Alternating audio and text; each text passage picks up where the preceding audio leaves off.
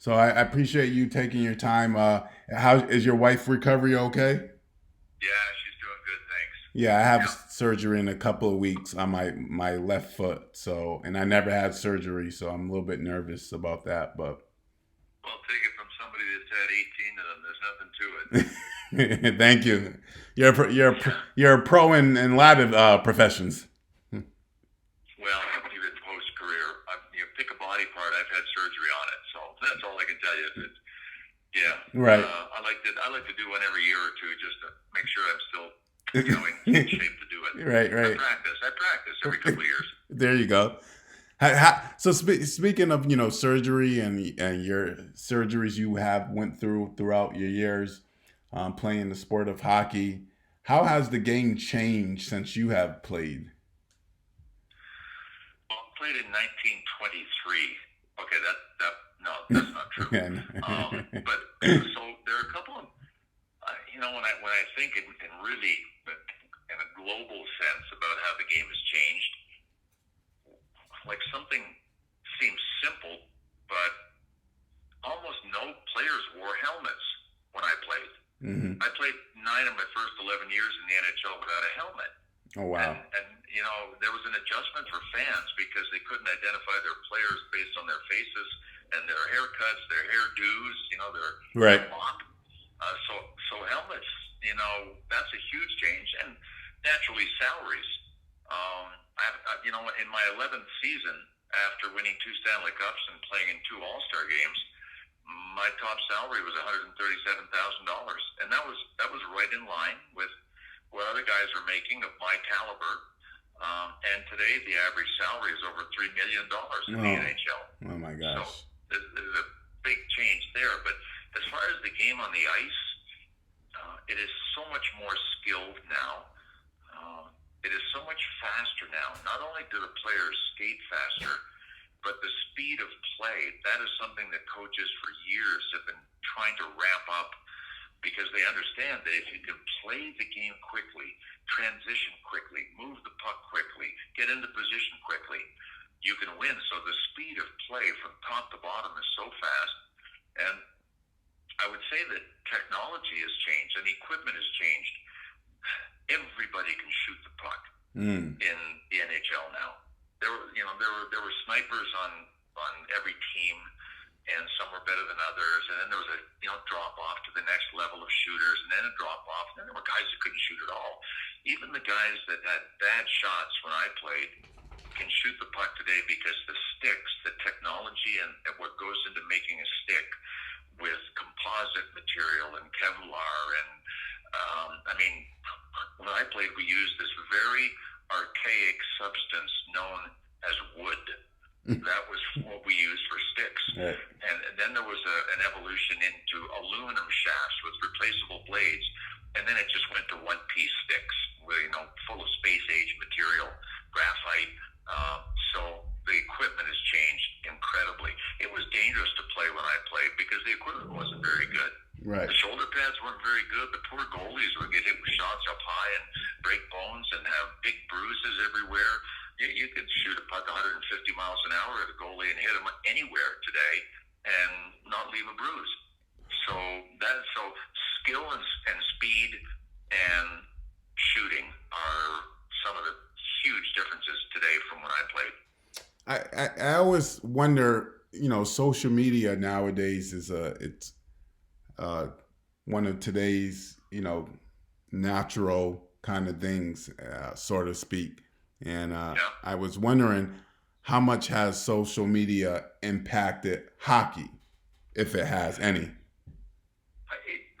I don't think it's impacted hockey anymore. That's impacted any other cross section of the world, Mm-hmm. right? The corporate world, the entertainment world, the social world, and high schools, colleges.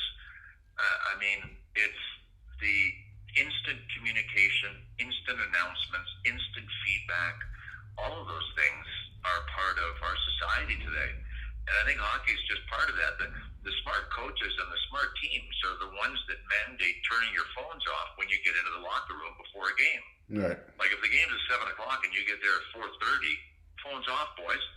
Right. Right? Because it's it can be such a distraction. Right. And you can imagine the focus that's required to play hockey at the NHL level. So most of the teams have a sort of a cutoff time, forget about it. I text players that I know during games when they've done something great, and I want to say, hey, way to go. And believe me, almost every player gets on his phone right after the game, and you get hit back, by somebody that you sent a text to. But it's like any other portion and section of the world. It's everywhere, including hockey and every other sport. Right. I want to ask you a tough question, but you may not think it's tough, but I do want your honest opinion because I have my own intake on like professional athletes and what I believe what they really feel. But would you give 2 of your Stanley Cups for a gold medal? No. Thank you. I would not. Yes. Like I this is would not.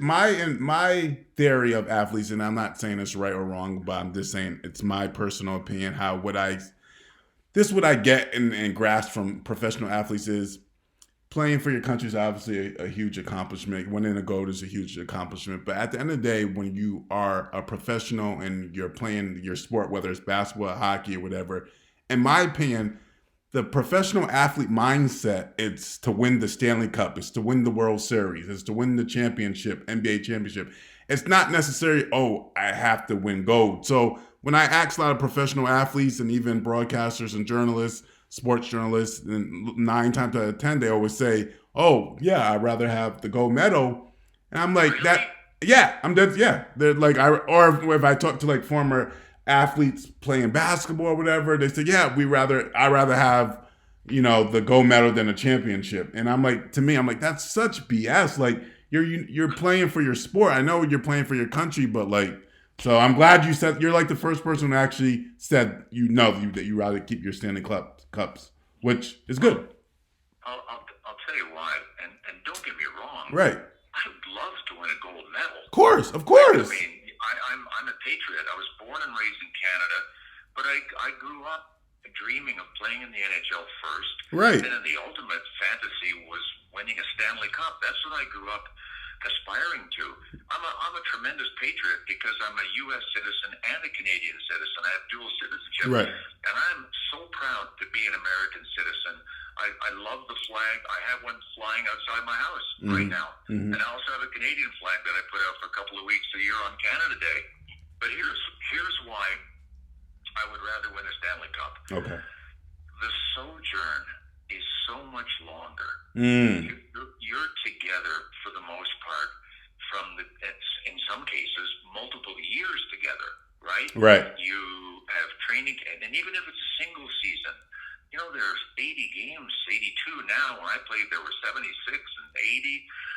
You play together, and it's almost as if you are a subculture of the world, and in your own little bubble. And you bleed together, you win together, you lose together, you live together, you screw up together, you party together, all of those things. And it creates, to me, the greatest feeling when I won the Stanley Cups twice was this feeling of love that I had for everybody on our team, the coaching staff and the players. And I don't think you can win unless you're willing to subordinate everything that's in your life to work with your group to win the Stanley Cup. And the journey is so much longer that, to me, it's more meaningful. Don't get me wrong. Patriotism is huge in my life and in my family and in my mentality. But always given a choice, I would rather win the Stanley Cup than the gold medal. Absolutely. I understand totally. But you know what, Mike? Yep. The individual athletes that win a gold medal, that have trained for year after year after year, there's kudos to them, and there's so much to be said for that. But I'm a team sport guy first, and I love to share. I want to share in successes with people, and that's why the sport of hockey was so important to me, because it requires consummate cooperation.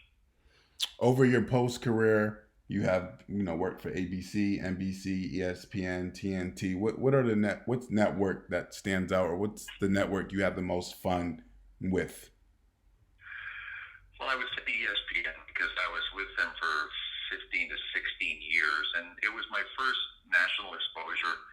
I was in my mid-30s, late 30s when I started with them.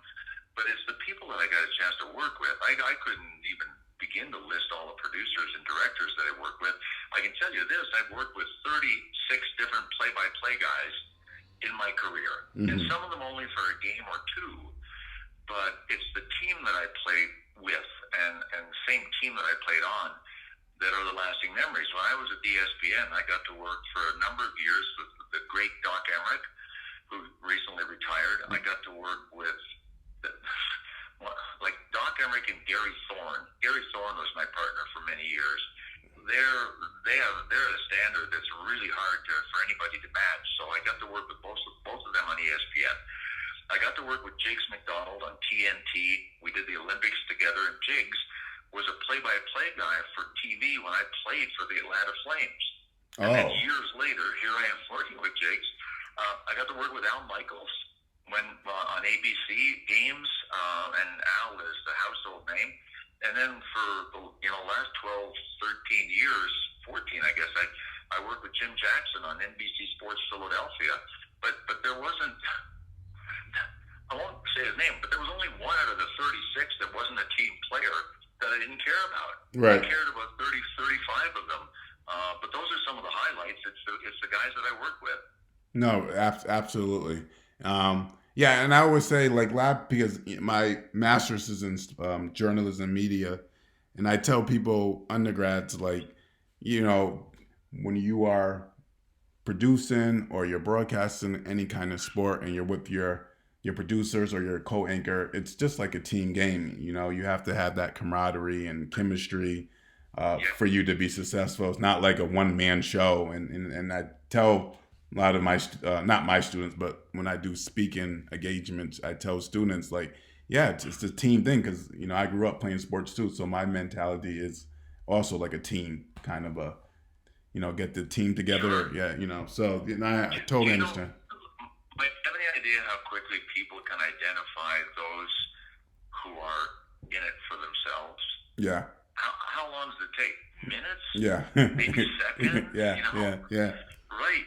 And then all of a sudden, you're on an island because nobody wants to, play in the sandbox with you because they know you're in it for yourself. And those types of people that if they're having a conversation, they'll say, okay, enough about me, let's talk about you. So what do you think of me? Right.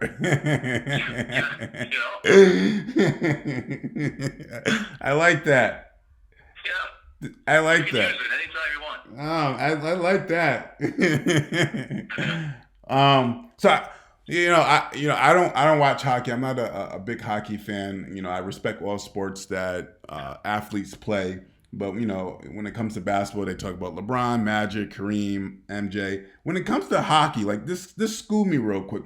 Who are the top players? Because the only player that I know, and maybe because it's mainstream or maybe he really was really good, is Wayne Gretzky. So if I have any kind of hockey debate, I always just say Wayne Gretzky. That's my safe card. But you obviously play the sport. You know the sport 10 times, 20 times more than me. So give me the history of the top 3 or top 5 best NFL players, because I'm really intrigued to know. I want to know in your opinion.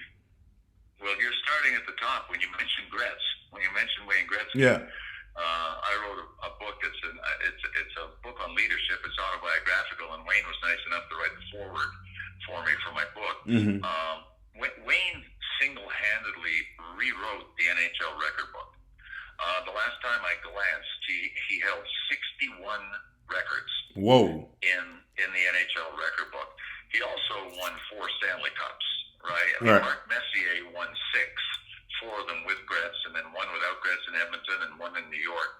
But the 4 greatest all-time players, Wayne Gretzky at the top, Bobby Orr, who was a healthy player, a defenseman, wore number 4 for the Bruins when we won our first Stanley Cup in Philadelphia. We defeated a healthy Bobby Orr and the Boston Bruins, and I still kind of scratch my head some days wondering how the hell we did it, because Bobby Orr revolutionized the position of defense. He was the only defenseman ever to win a scoring title in the NHL. Wow. So he's number 2 for me. Number 3 was Mario Lemieux, who wore number 66 for Pittsburgh. And had he not had back issues and had he not retired for 3 years and came out of retirement, he had non-Hodgkin's lymphoma. He could do things that no other person could do with a puck and do on the ice. Mm-hmm. And he would be my number 3. My number 4 is the great Gordy Howe that played forever, it seemed. He was in retirement for I forget how many years, and he came back and played. He's a great with the Detroit Red Wings. That's where he played his whole career. Retired when he was in his early 40s, and then came out of retirement and played a number of seasons in the World Hockey Association for Houston to play with his 2 sons, Mark and Marty Howe. They played on the same team with Gordy. I played against Gordy for 1 season when I was in my late 20s. Gordy came back to the NHL with his 2 sons and played for the Hartford Whalers. He was 52 years old, and he played in the NHL, and he was okay as a 52-year-old. When I was 52, I could hardly get out of bed, Mike. Okay? Right. So those are my 4 all-time ever. Sidney Crosby is very close to that group. The greatest player today is Connor McDavid of the Edmonton Oilers. When you think nobody can do it faster, skating, hands quickness, vision, everything. He got 100 points in 55 games this season. Oh, wow. He ran away with the scoring title. But I can tell you this, if I had a 7-game series, and I'm going to leave defensemen out of it because we could get bogged down and talk forever. I'm just going to talk about forwards that can win a series. Yeah, sure. I wouldn't pick Connor McDavid in a 7-game series to win the series. I would want one of either Sidney Crosby of the Pittsburgh Penguins or a guy that many people would not even think of. He wears number 37 for the Boston Bruins, and he's Patrice Bergeron. He's in his late mid. I think he's 36 now. I called his first game in the NHL when he was 18. He was a second-round draft pick, and I went, oh, my God, this guy has an IQ that is off the charts. He can win games for you, and he can, unlike Wayne Gretzky, Mario Lemieux, Connor McDavid, he can keep your team from losing games because he is a brilliant defensive player. So I would pick in a 7-game series if I had a first-round draft pick, Sidney Crosby of the Penguins or Patrice Bergeron of the Bruins in Boston. Very, very interesting. And I've please forgive me, I forgot the name that you named for the 4th best of all time, who was 52 when he was 52 and played. Gordy Howe. Gordy Howe, and you can't forget his name, Mike, for the next time we talk, because his nickname, and for a good reason, his nickname is Mr. Hockey. Oh, okay. For a guy that he won scoring titles, he won Stanley Cups, he was a right winger. He did so many things. He was stronger than everybody, smarter than everybody, more ruthless than anybody. Right. And a great man. I was in Gordy's company many times. And just I can't tell you that there's a hockey player that I know today, or so few, even when I played, that aren't real quality human beings, real good people. And was he one of the oldest or the oldest who played? Because 52 seems... Oh, my God. Oh, is he? Yeah, there's not a long list of guys. I think Chris Chelios played till he was 45, defenseman for Chicago, Montreal, and Detroit. But yeah, nobody hit the 50 mark except Gordy Howe. It's a hard, fast, young guy's game. Right. That's all I can tell you. So 52... Yeah, picture a guy as a defensive back or running back in football, or a guy that plays regularly in baseball at 52, or basketball. Mm-hmm. Really? No, you go, no right. way. And hockey, I think, is maybe even more demanding. So Mr. Hockey is legendary. He seems legendary, especially at that age. You know, that absolutely. And I'm glad you told me that, because that was a fun little fact that I didn't know. Well, Mike, thank you for fessing up, right? Oh, no, of You course. could have tried to fake it, no, right, as we chat, but you fessed up and say, I only know one name in hockey, so thank you for doing that. No, absolutely. You endeared yourself to me by fessing up right away. No, man, listen, I've been interviewing now for 15 years since my senior in high school, and what I learned very early on since my senior in high school is you don't have to know everything, and you don't have to know exactly everything about the subject or the topic. And that actually makes a great interview. Like if you don't know it, that's even good because, like I said, I told you I didn't know and I wanted to learn. So like I No doubt. said, it makes a good interview. So you don't have to know everything. You don't have to know.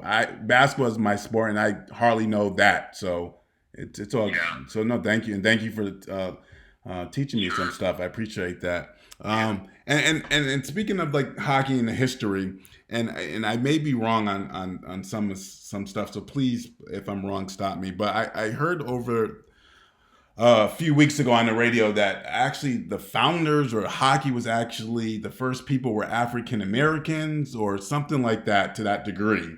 And if that's true, it's so funny because now hockey is mainly white people or Caucasian, however you want to define them. So I wanted to know, what does hockey have to do moving forward to make the sport more diverse? I don't know if this is true or not, but I think basketball right now is the team sport that the NBA is, I guess, the most diverse. You could fact check me. I don't know, but it just looks like it just by me Right. by observation. It seems like basketball is the first sport be obviously diverse. I don't, like I said, I don't know, but anyways, how can hockey move forward and be more diverse in your opinion? Yeah. Did you hear? Did you say that you heard that somebody said the founders of hockey were people of We're color? not, or like the first people who discovered hockey were African American men. I heard that on the radio a few weeks ago. Oh, that I can only tell you that must have been on April Fool's Day Right. because that's definitely not the case. So, and a little side note before I give you my full answer on diversity in hockey, which, by the way, there are way more players percentage-wise of color in the NHL than there ever have been. Good.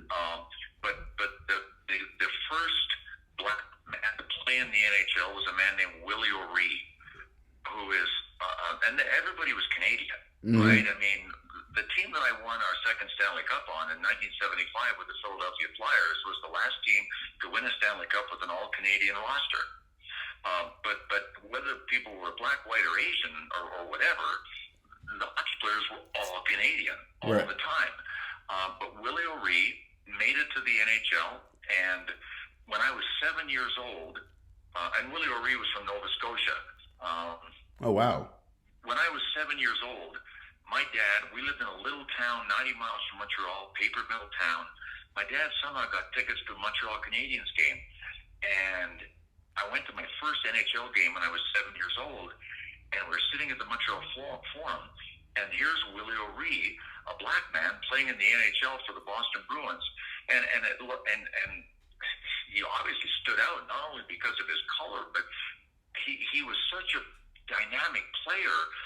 And I actually attended the color barrier being broken in the NHL when I was 7 years old and didn't understand the significance of it until years later. And I've talked to Willie about this many times. He lives in San Diego. He's an ambassador, cultural ambassador for the NHL, and he's one of the greatest men you'll ever meet. But so here's the difficult part for the NHL. Even though to a degree, it's diverse in the sense that there are players from 14 countries now that play in the NHL. But the difficulty for the NHL is basketball, baseball, football, and soccer. You know what you need to go out and play that? You need a patch of grass, right? Or Yeah. you need a basketball court that's at your school or that's in your park, Right. or anybody can just grab a football, throw it around, go and play some baseball, go and kick a soccer ball around. You need a sheet of ice Right. to play hockey. So what the NHL has done is they have so many grassroots programs, urban and otherwise, to help kids be introduced to the sport of hockey and provide opportunities. And there's funding that the NHL and every NHL team provides for kids to play because it's an expensive sport, Mike. You have to pay for ice time. The equipment is expensive. The skates are expensive. You know, the travel teams to travel are expensive. So the NHL and all of the club teams are doing the right things at the grassroots level to provide opportunities for people of every race, creed, color, nationality, you name it. And they just have to keep going with that. But they're up against the difficulties of providing ice surfaces everywhere. Right. Right. And that's, I mean, Now that you say that, it's so obvious, but I never thought it. I never thought like that. You know, Yeah, it's right? hard, man. You're like, to try to grow hockey. It's hard in general to grow hockey in the warmer climates. No, that's very, very true. Very true. Someone like Arizona or um, Right, yeah, Florida. yeah. No, you see, I'm see. There you go. You're getting it. It's the little things that sometimes seem obvious, but then it doesn't seem obvious until someone actually have to explain it to you, which is Sure. which is me. Well, so where do you see the game in hockey in hockey in the near future? Where do you see at, let's say, the next 5 to 10 years? Where do you see it going? Well, the NHL has expanded to Seattle for next year. The NHL has a big presence in Europe. The NHL and in a number of the Asian countries is really pushing forward with developing hockey programs. So let's face it, in North America, you can grow it at the grassroots level, so you got kids playing, and that's twofold, right? You may generate more quality players that can play in the NHL, but the NHL needs to make money like every other sport. Right. Right? The revenue sharing is in place. It's an expensive sport to attend. By the way, that's what kind of saddens me about all of the pro sports in North America. They've become cost prohibitive to the average American. Right. Right? The guy that runs a produce department at a local supermarket that's got 3 kids might be able to save up enough money or spend enough money to go to one game. And Right. take his 3 kids. By the time you get finished with hot dogs, Cokes, beer, whatever it is, parking, and some of these buildings charge you $30 to park. Right. So that's what saddens me. But the NHL the NHL had a complete year-long lockout in 2005. They set attendance records when the league reconvened. They retooled a lot of the rules. They put overtime, three-on-three overtime, shootouts in. It was amazing how the NHL reinvented itself. Hockey fans, studies have shown, are the most loyal fans. Oh, wow. Sports fans. Yep. So they will continue to remain loyal, I believe. The NHL is very progressive in many, many ways.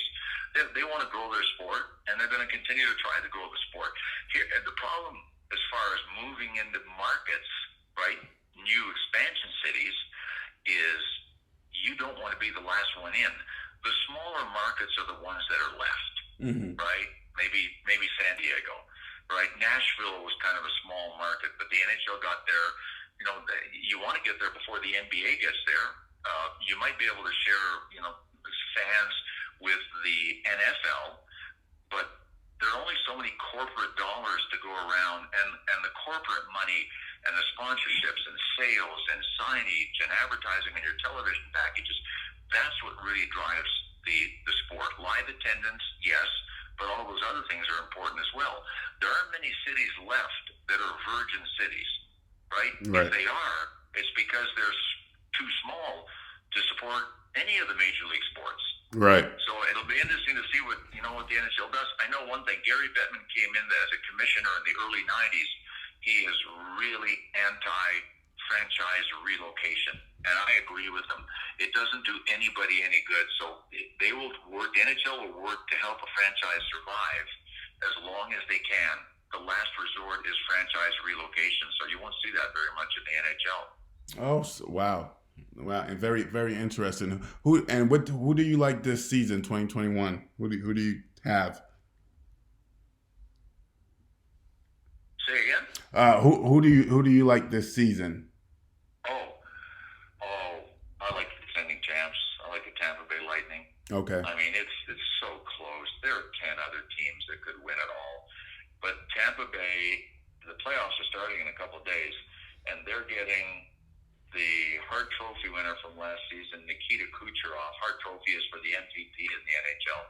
They're getting him back off the injured list, and they're getting Steven Stamkos, their captain, and a great scorer back. They're both going to be healthy. I think Tampa's got the best goalie in the NHL, Andrei Vasilevsky. They've got a defense group led by Victor Hedman, who won the Norris Trophy as the league's best defenseman. They have a lineup of studs, and somebody said